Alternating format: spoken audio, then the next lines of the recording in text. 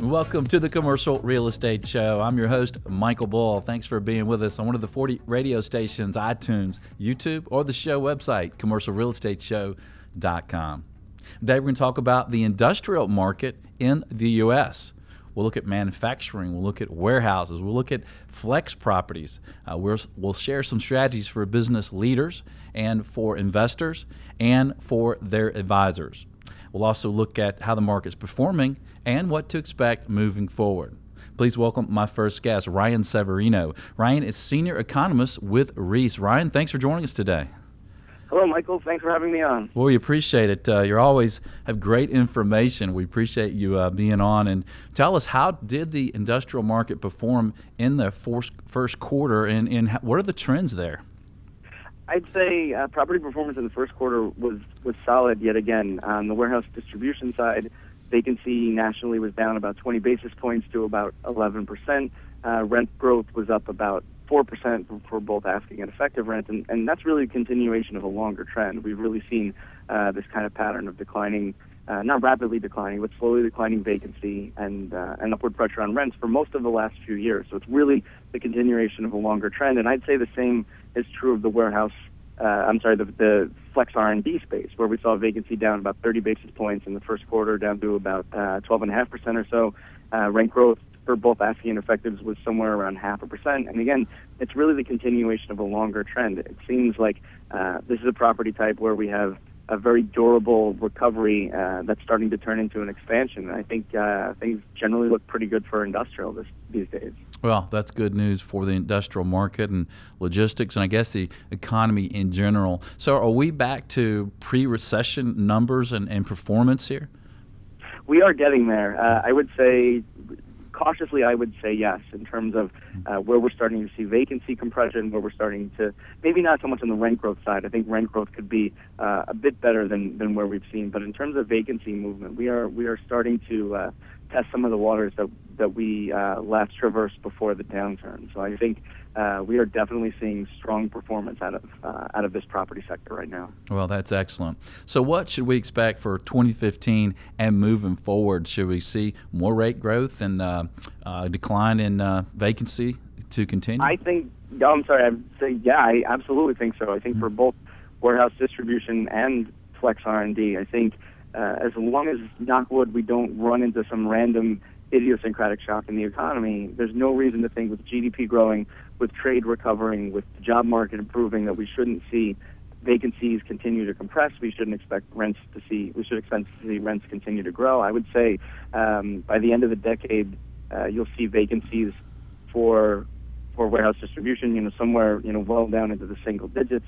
Maybe high single digits, but definitely down into the single digits, and rent growth should be at a healthy pace over the forecast horizon, probably 3 to 3.5% per year. On the flex R&D side, you'll see vacancies, if not actually touch single digits, start to approach single digits, and there I think you'll see rents also probably grow, on average somewhere in the 3% range. So I think given the outlook for the economy, we have a relatively optimistic outlook for industrial overall. Okay. Then I guess it's time to build, right?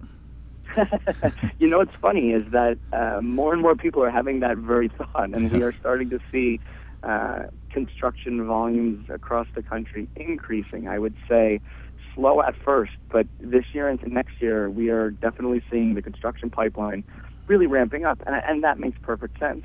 When vacancies compress to a low enough level and rent growth starts to become attractive enough, it clearly becomes an incentive for people to go out into the marketplace and build. And I would say we are right around that inflection point now, where we're seeing an acceleration in construction activity. And even if it tapers off into the future after we get through this year and next year, it's definitely an acceleration in construction relative to the downturn. Well, help us put it in perspective, though. It's still going to be a lot lower than we saw pre-recession, right? In terms of the construction levels, yeah. I think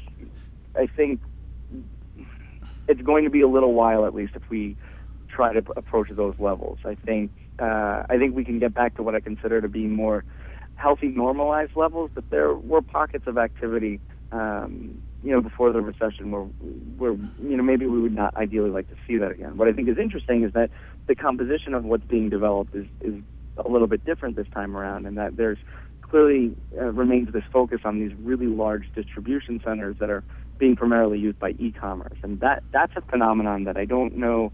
I don't know if anybody knows where the upper limit is for that. How big is too big, or if there is such a thing. If economies of scale just keep continuing, and then what is considered cutting edge today at 1.5 million square feet is obsolete in a few years when they're looking at 2.5 million square feet. Right. Yeah, it is a crazy market with the online growth, and that's one of the factors impacting industrial real estate, Ryan. But what are some of the other factors that are creating the growth and acceleration in this sector?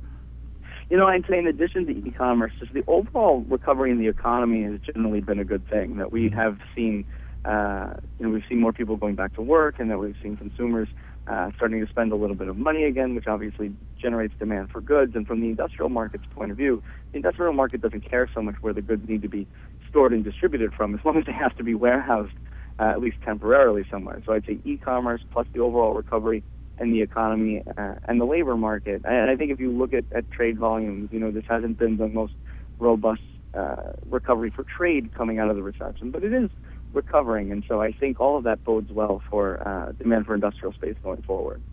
Right, and you mentioned storing these items somewhere. So how is logistics changing? I think, everybody wants to have everything now, right?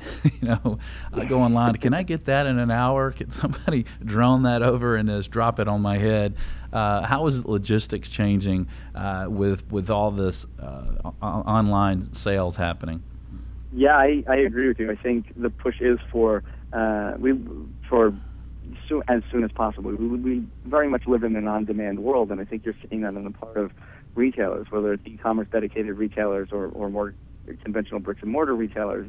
The idea is to get it to you as quickly as possible. And so that's a big impetus behind these big centers, is that they don't care so much about being in the prime submarkets. What their concern is that they have a large enough land for the footprint of the building, and that they have really good access to infrastructure, especially major interstates, to distribute it. So their goal is to just get it to you by the deadline that they promised. I think what's really going to be interesting is as the FAA relaxes rules on things like drones, if the idea of drone delivery actually becomes feasible. I'm not saying that's the case, but I have heard people talking about that, and what are the possibilities when drones are able to distribute goods, and what does that say for logistics and where some of these buildings are physically located. So I think that's something that I don't have a really good, or anyone has a really good feel for yet, but certainly something worth watching. What sounds like science fiction often becomes reality. So we can kind of sit here and chuckle at the idea of drones delivering goods in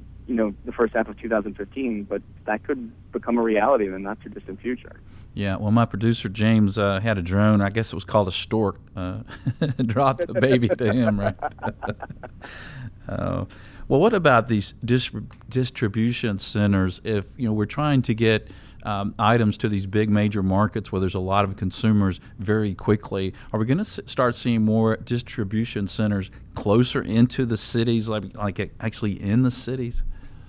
That's an interesting question. I think there's a very strong thesis to be made for having them locate closer to cities, and I think there are potential sites not that far away where it's almost like solving the last mile problem in other industries, where they could probably secure a decent parcel of land, even if they had to knock down some buildings or do some site work or something like that, and build a distribution center. I think that's an intriguing possibility. I'm not sure that it works in every market necessarily, but I've been traveling around the country, kicking the idea around with some people, and some people think it would be an interesting idea for someone to go in and buy kind of an old struggling mall and actually turn it into a major distribution center, because you'd have a large enough footprint for the building with not just the land, but obviously the parking that you would need at an old regional mall or something like that. And that, to me, is an intriguing possibility, because I think as I mentioned, we do live in an on-demand world, and I don't see that